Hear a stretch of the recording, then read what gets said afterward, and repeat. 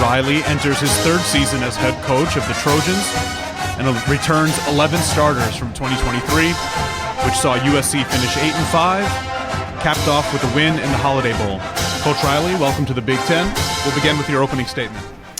Thank you. It's an honor to be here today, honor to be welcomed into the Big Ten. Obviously a historic day and year getting ready to come up, and certainly really excited about where this is going. I know this has been an idea that's been talked about for a long time, been discussed, and now I think we're all glad that it's finally here. Really looking forward to the season, the incredible matchups that are going to take place in the Big Ten Conference. It's an honor to be a part of, and I know our team, our program are all very, very much looking forward to it. Before I get into our team, I also want to mention, I know a couple of my counterparts have said some of the same things regarding this notion, but obviously Mike Leach meant a lot to my career, instrumental in my upbringing. I know there's been a lot of debate and talk about him belonging in the College Football Hall of Fame, and certainly want to voice my support for that happening here on this stage. That's something that's very important to me. He changed the game and changed a lot of people's lives, mine included, in the process of it. I know there's technicalities and rules that have to happen, but I totally agree that the Hall of Fame is just simply not complete without Mike Leach being in that, and just certainly wanted to be able to represent that here on this stage.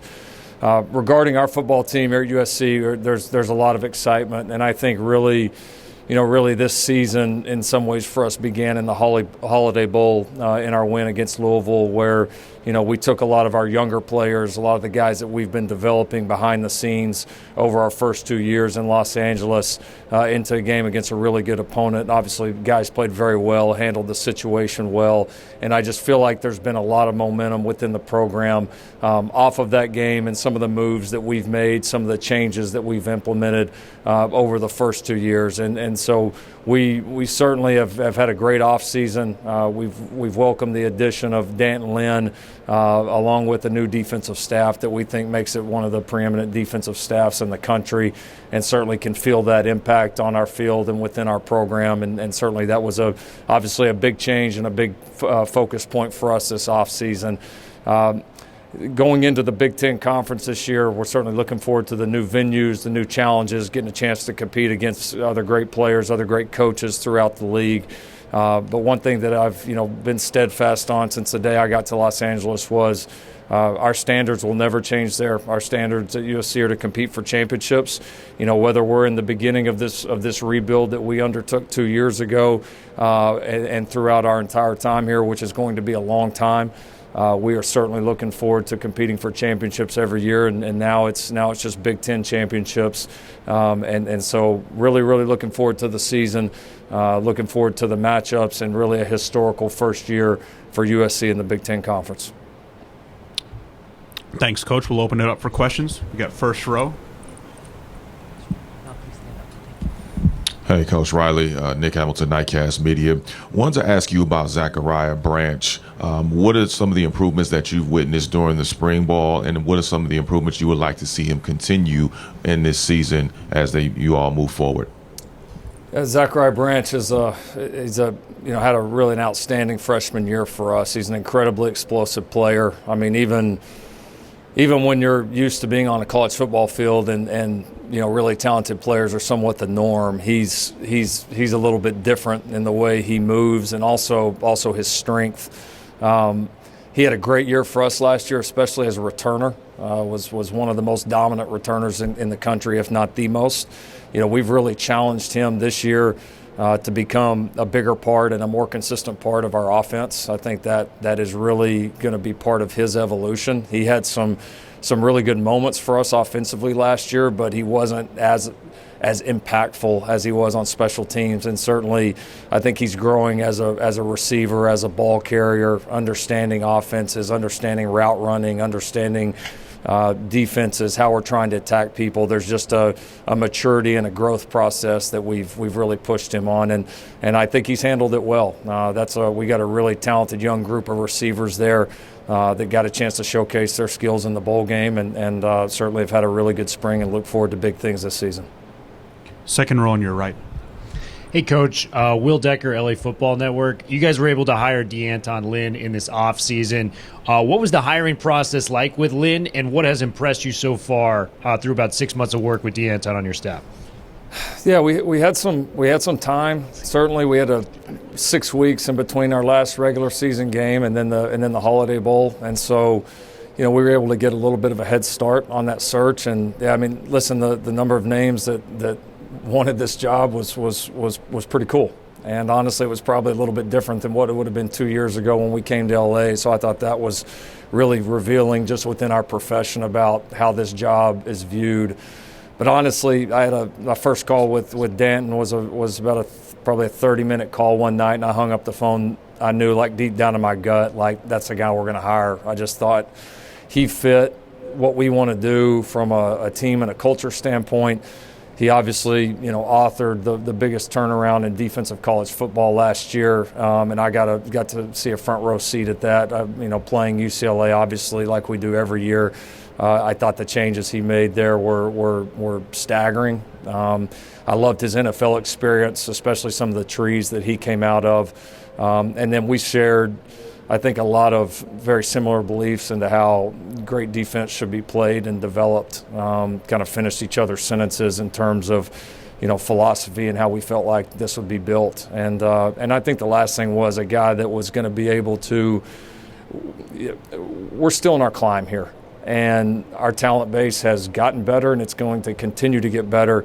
But I want coaches that can adapt to what we have on a given year, and I think the best coaches are able to do that. And I think Dan certainly has an eye and ability to do that at a high level.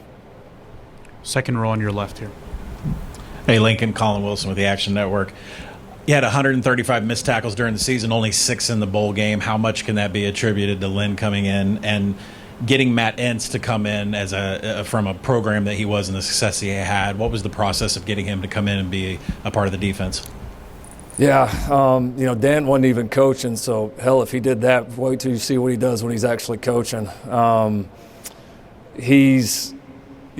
think the guys in the bowl game, I think there was just a different mentality around the football team. That's honestly the best way that I can explain it. Those 6 weeks, it was almost like you had a new team, and in a lot of ways we did. And there was just a great mentality going into that game. We tackled well, and I give a lot of credit to our players and the way we prepared and played that night. And it's certainly a great blueprint for us going forward on the mentality that you have to play with. I think just the momentum and really just the togetherness. I think the bowl game was the most together that our football team was all of last year, and I think it showed that night.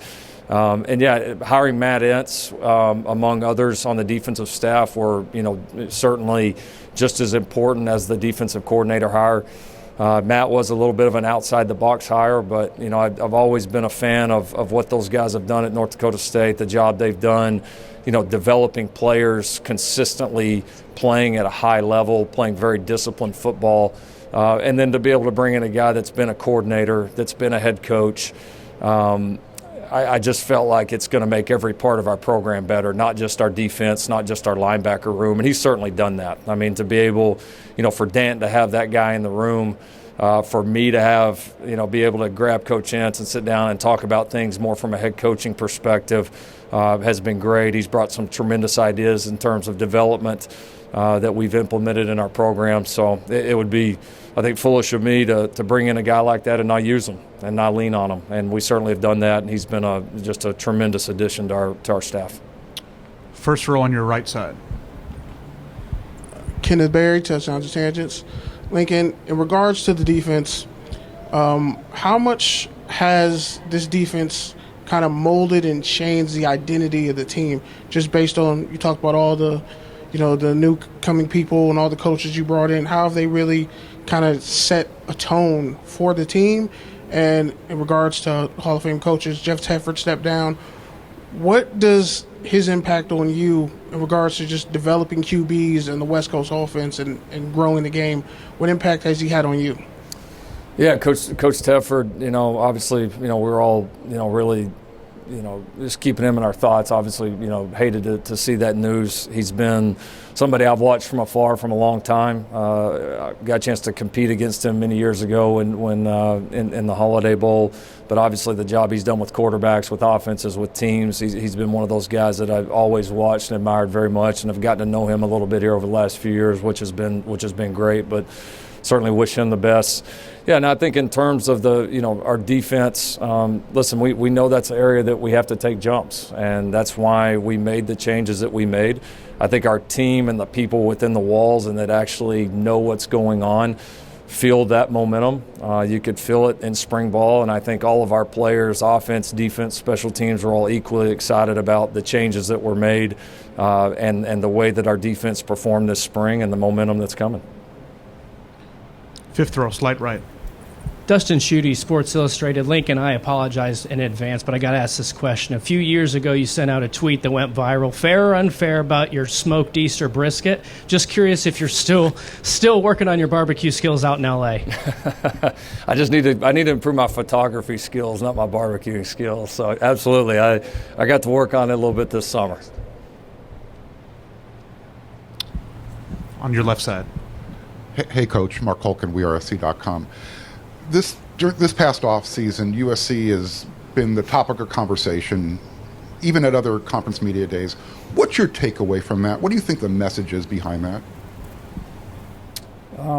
That's part of being at USC. It's part of being a blue blood program. I've had a chance to be in two of them. I'm here for the last several years, and the thing that you learn pretty quickly is everything in programs like this is going to be sensationalized one way or another, and it's always going to be talked about. And you either want to be in programs like that or you don't. And if you want to, you got to take the good with the bad, or the crazy, or however you want to describe it. No, I take it as a compliment that we're on a lot of people's minds. And I will say, if I sat there and listened to every person that told me or teams that I've been a part of that we couldn't do things, then we wouldn't have been able to enjoy all the success that we've had over the years. There's a lot of people inside this business, certainly inside our walls and at USC, even in the media, that I very much respect and very much look forward to hearing their opinions and love to conversate and talk about the game.